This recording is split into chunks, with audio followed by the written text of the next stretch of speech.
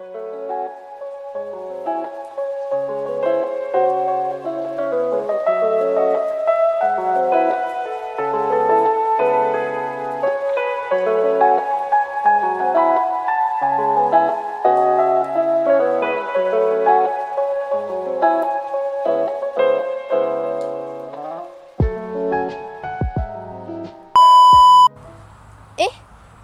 Assalamualaikum.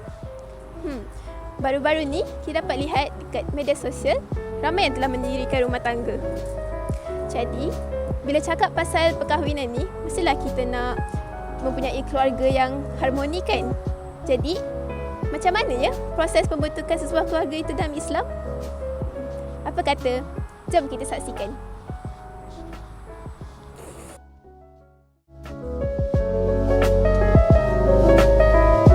Apakah itu keluarga? Keluarga merupakan unit dasar dalam masyarakat yang terdiri daripada orang-orang yang saling berhubung melalui ikatan darah, perkahwinan atau ikatan emosi yang kuat. Keluarga juga merupakan lingkungan di mana individu belajar, tumbuh dan berkembang.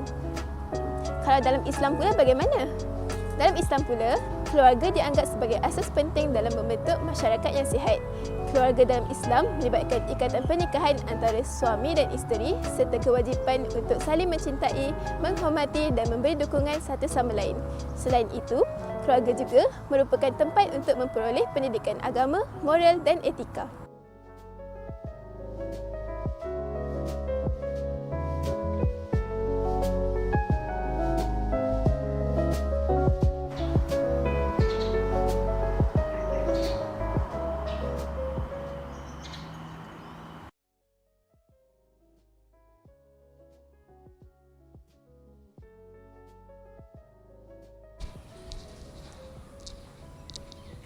Ustaz, okey tak ni?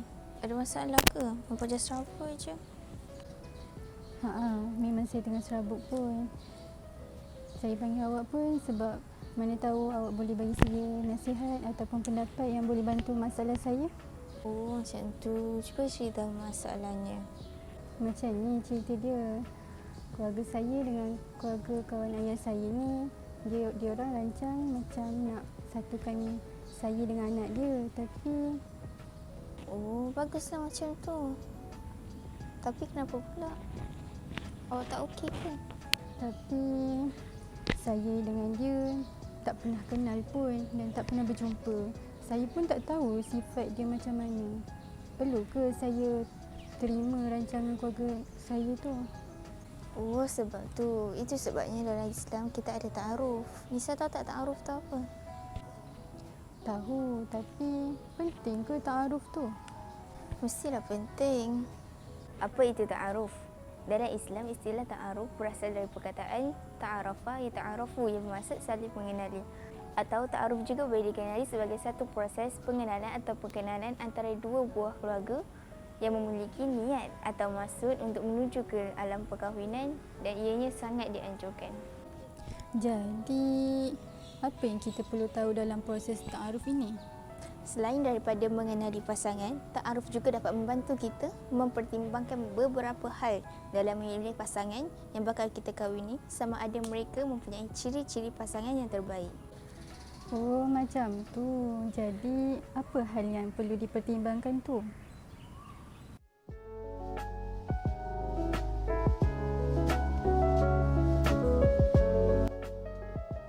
Sabda Rasulullah SAW artinya, dikahwini perempuan itu kerana 4 perkara: kerana hartanya, kerana keturunannya, kerana kecantikannya dan kerana agamanya. Utamakanlah yang beragama, nescaya kamu akan jadi tenteram. Hadis riwayat Bukhari. Sebagaimana yang diutarakan oleh baginda Rasulullah SAW, iaitu keutamaan dalam memilih jodoh ialah perempuan yang beragama. Carilah pasangan yang taat beragama dan berakhlak mulia. Seseorang yang memiliki karakter baik seperti jujur, bertanggungjawab dan memiliki rasa empati yang tinggi. Rasulullah memberi penekanan kepada yang beragama kerana yang mempunyai pegangan agama yang kukuh menjamin kebahagiaannya sejati. Yang kedua pula ialah rupa yang elok. Rupa yang elok tidak menjamin kepribadian yang baik. Wanita atau lelaki yang mempunyai sifat-sifat lain tetapi tidak mempunyai agama tidak akan menjamin kebahagiaan, bahkan akan banyak menimbulkan masalah. Yang ketiga, kewangan yang stabil. Tidak dinafikan bahawa Allah menjamin rezeki kita apabila sudah berkahwin. Ini juga sudah dinukilkan di dalam Al-Quran. Namun janganlah kita menunggu sehingga masalah ekonomi menyebabkan kepada punca krisis rumah tangga. Kesihatan dan keturunan yang baik. Jika penyakit ini terjadi selepas perkahwinan kepada salah seorang pasangan, mereka perlulah bersabar. Yakinlah Allah tidak akan menguji hamba-Nya jika ujian tersebut tidak mampu kita tanggung.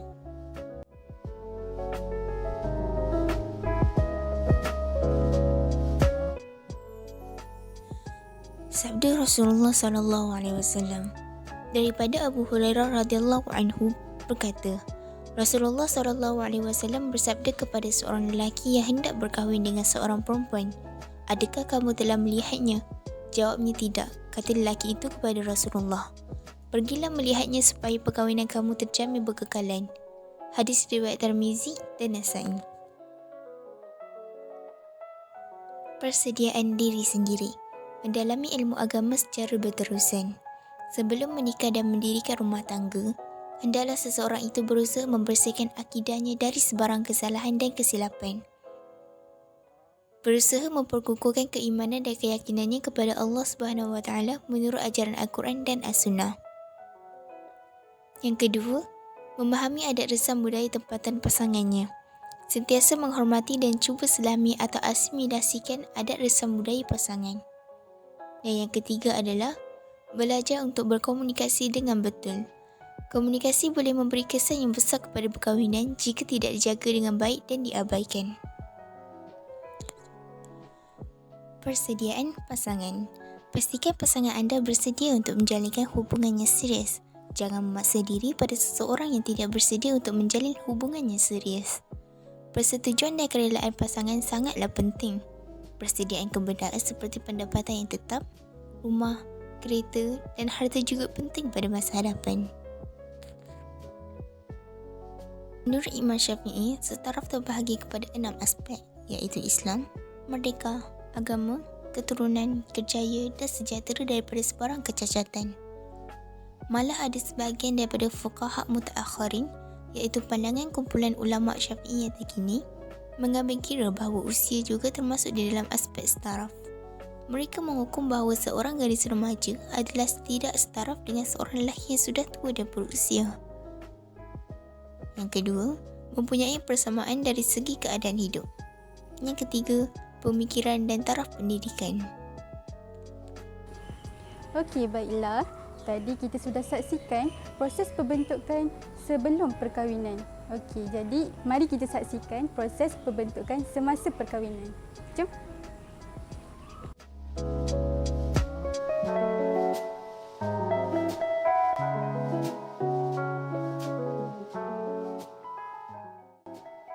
Definisi perkahwinan. Perkahwinan atau pernikahan. Dari sudut bahasa ialah berkumpul dan bercampur. Manakala dari sudut istilah pula, ijab dan qabul iaitu akad yang menghalalkan persetubuhan antara lelaki dan perempuan yang diucapkan oleh kata-kata yang menunjukkan nikah menurut syarat yang ditentukan oleh Islam. Definisi keluarga. Keluarga menurut bahasa ialah keluarga merupakan orang yang mempunyai pertalian darah dengan kita. Manakala menurut Islam pula, keluarga merupakan institusi yang dibentuk melalui ikatan perkahwinan yang sah antara lelaki dan perempuan mengikut hukum syarak yang sah.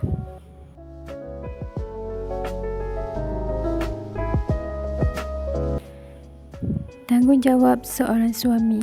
Yang pertama, memberi nafkah kepada isteri. Suami bertanggungjawab untuk memberi nafkah kepada isteri dari segi bentuk zahir dan batin.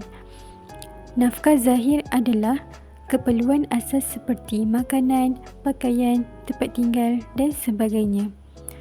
Manakala nafkah batin pula adalah menunaikan keperluan seks isteri menurut syarak. Perkara ini juga telah disebut oleh Ustaz Azhar Idrus dalam kuliah beliau seperti yang berikut. Bila kita berkahwin, ada dua benda wajib yang wajib dibayar oleh suami. Pertama, mas kahwin. Yang kedua, nafkah. Bila wajib mas kahwin? Lepas sah akad nikah. Aku nikahkan akan nikah warna hijau bin biru dengan kelabu asap binti putih. Dengan mas kahwinnya RM1,000 tunai. Aku terimalah nikahnya dengan mas kahwin yang tersebut itu. Bila sah dah akad nikah, wajib bayar RM1,000 sebut dalam akad tadi. Faham tak? Nafkah? Belum lagi. Bila wajib nafkah? Tengok. Bila dia duduk bersama. Oh, malam karang lah. Ni pagi pukul 9 akad nikah. Malam karang hantar untuk duduk bersama. Malam karang baru wajib membayar nafkah. Faham lagi? Sampai bila wajib bayar nafkah bini kita? Sampai mati atau sampai habis iddah jika bercerai. Yang kedua, memelihara dan mendidik anak-anak serta isteri dalam didikan agama. Tugas mendidik dan membimbing anak-anak serta isteri adalah tugas yang harus dipikul kepada seorang suami. Memberi didikan agama yang cukup dapat menjaga dan mendidik anak-anak serta isteri perkataan beribadah, berakhlak mulia, menghayati ajaran Islam dan sebagainya. Yang ketiga, menasihati isteri dengan lemah lembut dan berhemah. Andai kata isteri ada melakukan kesalahan dan menggurus hati suami, suami boleh untuk menasihatinya dengan cara yang berhemah dan berlemah lembut. Yang keempat, memenuhi keperluan dan hak isteri. Allah Subhanahu Taala berfirman dalam surah Al-Baqarah ayat 228 yang bermaksud, dan para wanita mempunyai hak yang seimbang dengan kewajipan menurut cara yang makruf. Akan tetapi, para suami mempunyai satu tingkat kelebihan daripada isterinya, dan Allah Maha Perkasa lagi Maha Bijaksana. Terdapat beberapa hak yang wajib suami tunaikan ke atas isteri berdasarkan nas Al-Quran dan hadis Nabi, antaranya ialah hak mahar, hak nafkah, hak mendapat hubungan komunikasi yang baik, hak mendapat bimbingan dan tunjuk ajar, hak terhadap harta sepencarian dan beberapa hak asasi wanita yang lain. Dan yang terakhir, saling menghormati dan menjaga keaiban isteri. Tanggungjawab seorang isteri yang pertama adalah taat kepada suami. Isteri adalah wajib untuk mentaati suami dalam hal-hal kebaikan dan bukannya dalam kemaksiatan kepada Allah yang melanggar hukum syarak yang telah ditetapkan. Yang kedua, meminta keizinan suami. Suami sebagai ketua dalam rumah tangga adalah menjadi tanggungjawab isteri untuk kita memberi laluan untuk meraihkannya. Misalnya, dalam membuat keputusan, isteri harus mendapatkan pendapat suami dan keizinannya terlebih dahulu. Yang ketiga, menjaga kehormatan diri terutamanya apabila suami tiada di rumah. Allah Subhanahu Taala berfirman dalam surah An-Nisa ayat 34 yang bermaksud, maka perempuan-perempuan yang solehah itu ialah yang taat kepada Allah dan suaminya dan yang memelihara kehormatan dirinya dan apa jua yang wajib dipelihara ketika suaminya tidak hadir bersama dengan pemeliharaan Allah dan pertolongannya. Aspek maruah tidak ada perkara yang boleh diremehkannya. Dalam Islam, seorang isteri itu wajib untuk menjaga kehormatan dirinya terutamanya apabila suaminya tiada. Yang keempat, memelihara dan mendidik anak-anak dengan baik. Isteri hendaklah bersatu hati dan bersama-sama dalam mendidik anak-anak ke jalan yang diredai oleh Allah di dunia dan di akhirat. Rasulullah SAW bersabda, anak itu ibarat kain putih. Ibu bapalah yang mencorakkannya menjadi Nasrani, Yahudi ataupun Majusi. Riwayat Bukhari dan Muslim. Hadis tersebut tidak menyebut Islam selain Nasrani, Yahudi dan Majusi. Ini kerana fitrah anak yang dilahirkan adalah Islam. Justru, di sinilah peranan ibu bapa untuk mendidik anak-anak menjadi yang terbaik. Yang kelima, memenuhi keperluan dan hak suami. Isteri juga bertanggungjawab untuk memenuhi keperluan suami sama ada zahir maupun batin. Contohnya, apabila suami berkehendak kepada diri kita, maka wajiblah untuk kita melayaninya selagi mana ia dibenarkan oleh syarak. Yang terakhir, iaitu saling menghormati dan menjaga keaiban suami. Lumrah seorang lelaki pasti ada egonya yang tersendiri. Jika kita seorang isteri tidak betul-betul memahami corak fikir dan emosi mereka, kita akan mudah terjerumus dalam perhubungan yang tidak sihat seperti bergaduh, berselisihan faham atau sebagainya. Dalam sebuah hadis riwayat Muslim daripada Abu Sa'id Al-Khudri radhiyallahu anhu, beliau berkata bahawa Rasulullah sallallahu alaihi wasallam bersabda yang bermaksud, sesungguhnya manusia yang paling buruk kedudukannya pada hari kiamat adalah seorang lelaki iaitu suami yang bercampur iaitu bersetubuh dengan isterinya, kemudian menyebarkan rahsia isterinya tersebut. Justru adalah penting untuk suami dan isteri menjaga aib dan pasangan masing-masing dari diketahui oleh umum. Yang paling penting, jika berlakunya pergaduhan antara suami dan isteri perlulah ada satu ketetapan bahawa walau apapun terjadi dalam rumah tangga, selagi tidak mendatangkan kemudaratan, jangan melibatkan orang ketiga, termasuklah orang tua. Berdepanlah secara lemah lembut dan berhemah dalam menyelesaikan sesuatu masalah. Baiklah, sebagai penutup, Islam telah memberikan garis panduan untuk memilih calon pasangan yang baik. Islam menganjurkan umatnya untuk memilih calon pasangan yang baik supaya bersama-sama dapat membimbing diri untuk menjadi seorang mukmin yang sejati. Selain itu, pembentukan institusi Islam bertitik tolak dari perkahwinan. Perkahwinan ialah satu ikatan agama antara lelaki dan perempuan yang mengharuskan pergaulan melalui akad nikah dan ijab kabul.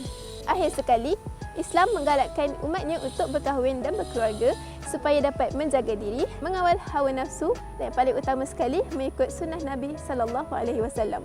Akhir kata, jikalau mengangin, jangan tumpah padinya. Yang membawa maksud, berhati-hati dalam memilih sesuatu supaya tidak terbuang yang baik. Sekian, terima kasih. Bye.